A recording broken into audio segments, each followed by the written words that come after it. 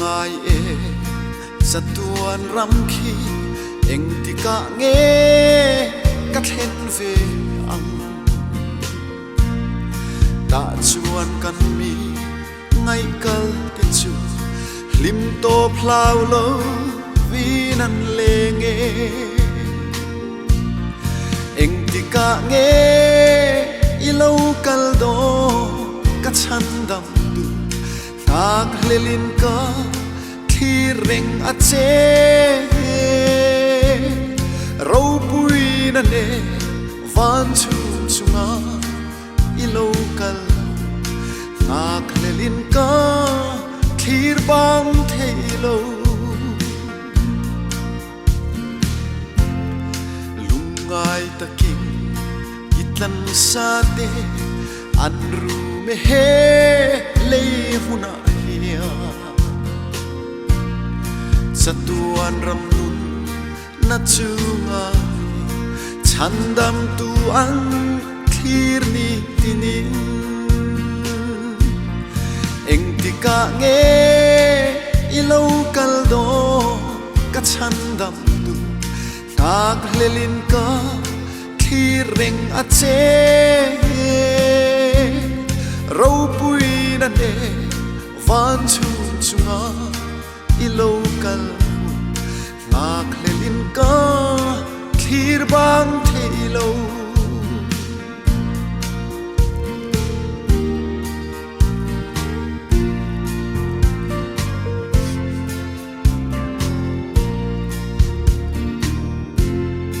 leido rala lo lian beke tlan bo na re om si lo nang chau ka hin na ber ini hing na lung pui o chan dam tu eng tika nge i lo kal do ka chan dam tu nga khlelin ka khi reng a che ro pui na ne van chu chunga i lo kal ngak lelin ka khir bang thei lo o ka ngak le ka chan dam tu itlan sa te i suai hun tu leido ral chu pui jing nuai kan ngak reng che o lal isu eng tika nge i lo kal do